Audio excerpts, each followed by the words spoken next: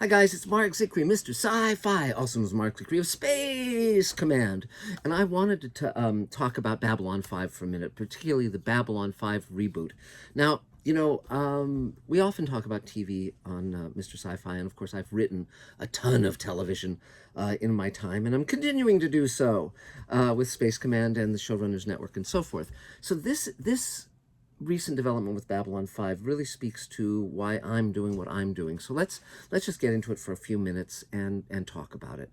So many of you know that I wrote for Babylon 5, and in addition, I worked with Joe Straczynski when I wrote for Real Ghostbusters, which he story edited, and then I brought him into live action TV when I developed Captain Power and the Soldiers of the Future and guaranteed Joe as a story editor on that show, even though he'd never done live action TV before. And as a result, he came aboard that show, and the producers were Doug Netter and John Copeland, and those are the producers he did Babylon 5 with. So there's sort of this wonderful DNA that Joe and I share in terms of how Babylon 5 came into existence. And I read the pilot, the 2-hour pilot for the original Babylon 5 years before it sold. I thought it was a great pilot. And then Warner Brothers made the 2-hour pilot, and then waited a year to greenlight the show because they wanted to air the pilot and see how it did before they greenlighted the show. And then, of course, it ran for 5 seasons. Twists and turns, twists and turns. And Mark Pedowitz, who's the head of the CW, is a big fan of Babylon 5. And so and interestingly enough, he's the executive I wrote a pilot for just before the pandemic. And that was a really interesting experience and fun. I mean, he seems like a good guy. But this is very, what's recently happened, for those who don't know, is Mark Pedowitz told Joe Straczynski, I want to see another Babylon 5 series. Joe wrote the pilot of a rebooted Babylon 5 that was a reimagining of it for the present day, so it'd be more like Ron Moore's Battlestar Galactica in relationship to the original Battlestar Galactica than just a direct continuation of Babylon 5. And I found this very, very interesting, and obviously it's a show that should exist. I think anyone who's a fan of Babylon 5 would want to see what Joe would do here in 2022 with it. And Joe, of course, has had a remarkable career, and we all came up together, and we all wanted to be showrunners, and we were all the children of Rod Serling, as I've said before, in terms of being inspired by him.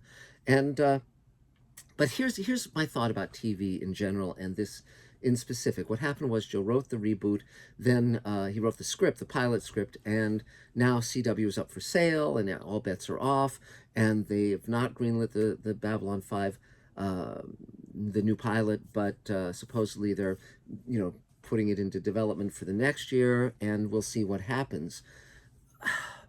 When I created Space Command, as I've mentioned before, a lot of my friends are showrunners and really exciting creative people. And when I said I wanted to do an inspiring science fiction space-going show like Star Trek had inspired me, many of them said, let's partner up, take it in, get a pilot deal.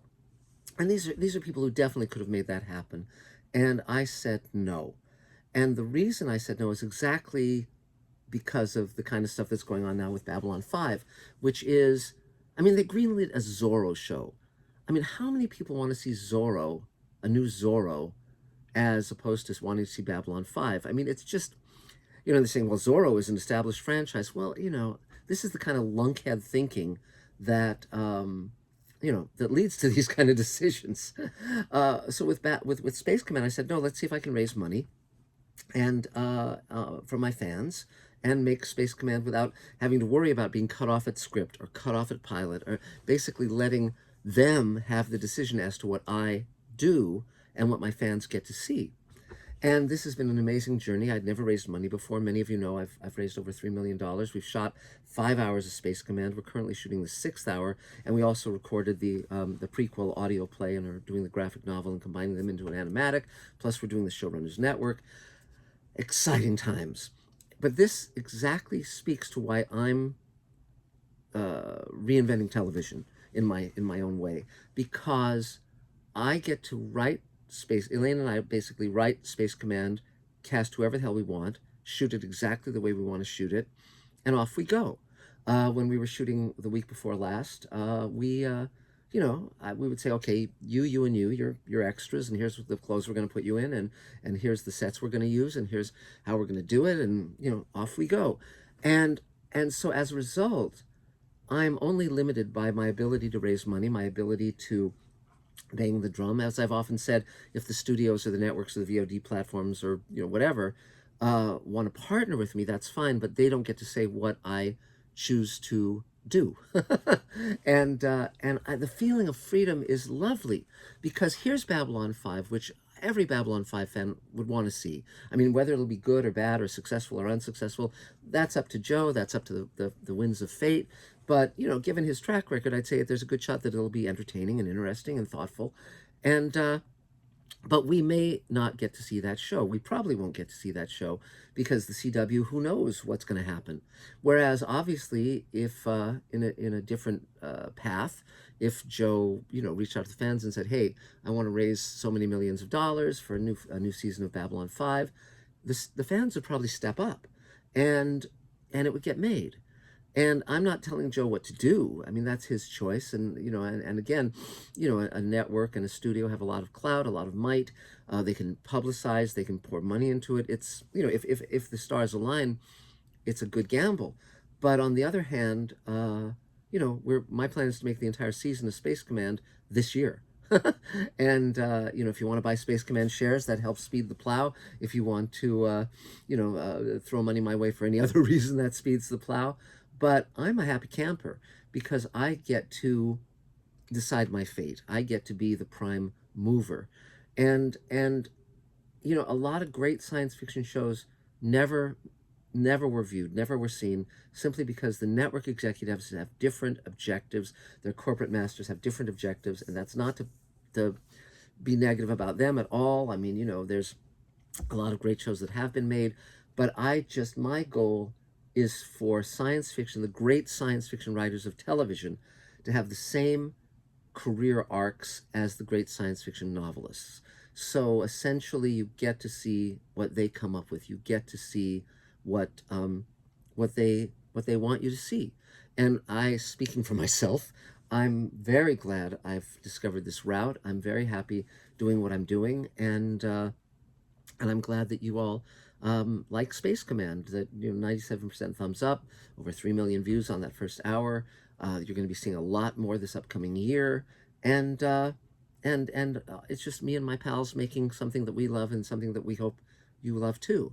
So the new kind of television I'm inventing, and I'm not the only one. Mystery Science 3000 is doing it. Reading Rainbow did it. There's going to be more and more of this as the ways of having the audience finance the show becomes easier. But this is the direct conversation between me and you. This is the direct creative expression that goes both ways, because I run into you guys all the time. I get messages, emails, etc., and I'm very collaborative, as you know. But I'm so glad that I'm not in the situation of having to convince Warner Brothers to make my show, and having them have the audacity to say that Zorro has a better track record than Babylon 5. I mean, come on. Look at how many Zorro shows have there been? How many Zorro movies? Do we love Zorro? Is Zorro someone we take to our heart? I mean, it's okay. I have nothing against Zorro, but Babylon 5 has existed for over 25 years. It has a big fan base. It's a very well made show. It had a wonderful cast, and they're talking out of their ass. I mean, not to put too fine a point on it, but they don't know what they're talking about. They're just saying words to justify their corporate decisions that have nothing to do with reality, and it's just, it's crazy. So maybe the fates will be kind. Maybe in a year we'll see the new Babylon 5. I hope so. I really hope so. But when I wake up each morning, I don't have to worry about pleasing stupid people. I just have to worry about pleasing myself, pleasing you guys, and doing the best work I can possibly do. So from the depths of my heart to you, I thank you.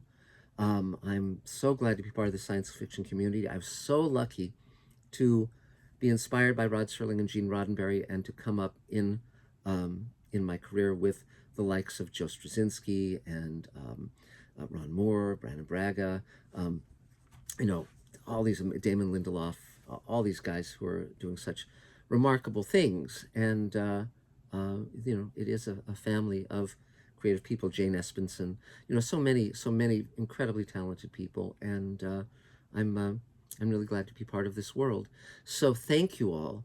We're going to be posting a lot more videos in the days to come. We're ramping up to shoot again in the next few days, and so we'll be talking about that. And life is just you know, wonderful. So that's it for now. We'll talk again real soon. Take care, guys. Bye.